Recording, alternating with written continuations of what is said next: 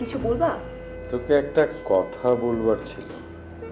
মানে এই কয়েকদিন ধরে মনে হচ্ছে যে তোর মা থাকা খুব জরুরি ছিল। মানে তোর মায়ের অভাবটা না আমি বেশ বোধ করছি। মানে আমি তো তোর বাবা, আমি তোর মা, কিন্তু মনে হচ্ছে কি যে কিছু কথা তোর মা থাকলে ভালো হতো, তোকে বলতে পারতো। আমি যে কিভাবে বলি। বাবা, কি বলবা আসল কথাটা বলো, এত গুড়া পেঁচে না বলে। বলো বলো কি বলবা। মানে বলছিলাম কি যে আমি তোর বিয়ের কথা ভাবছি। বিয়ে? আমি? বাবা, আমার এখনো ইউনিভার্সিটি শেষ হয় নাই।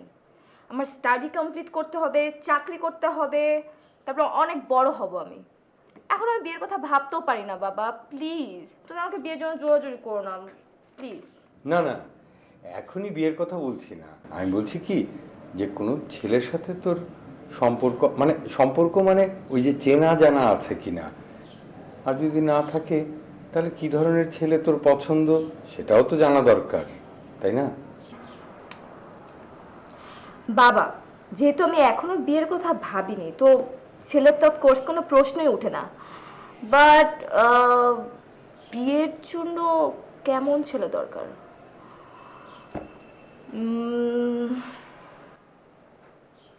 হ্যাঁ, আমার বিয়ের জন্য ঠিক তোমার মতো একটা ছেলে দরকার, যে কিনা তার নিজের বউকে অনেক বেশি ভালোবাসবে, একদম মাথার উপর উঠিয়ে রাখবে, যেরকম তুমি মাকে সবসময় উঠিয়ে রাখতে, কোনোদিন মরে গেলেও ভুলবে না, যেরকম তুমি আমার মাকে এখনো ভুলতে পারবে। তো একটা অ্যাসাইনমেন্টের কাজ করছিলাম। ও, ঠিক আছে, কর না। না না, সমস্যা নেই, বসো। আচ্ছা, একটা কথা জিজ্ঞেস করি, করো। তোর কি কোনো মেয়েকে পছন্দ আছে? না, মানে কেন? কেন আবার? তোকে বিয়ে করাবো, বাড়িতে বউ আনবো। বাড়িতে বউ আনার জন্য কি মেয়ে পছন্দ থাকতে হয় নাকি? অন্যভাবে করা যায় না? অ্যারেঞ্জ ম্যারেজ বলে তো একটা কথা আছে। বারে, তো নিজের কোনো পছন্দ থাকতে পারে না? তোর পছন্দ না থাকলে তারপর আমরা দেখব। মা আসলে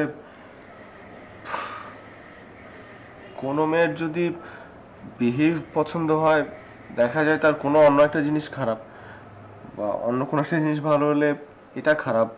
মানে পরিপূর্ণ কাউকে ভালো লাগেনি এখন পর্যন্ত। আচ্ছা, তুই আমাকে একটা ক্লু দে, তোর কেমন মেয়ে পছন্দ? আমার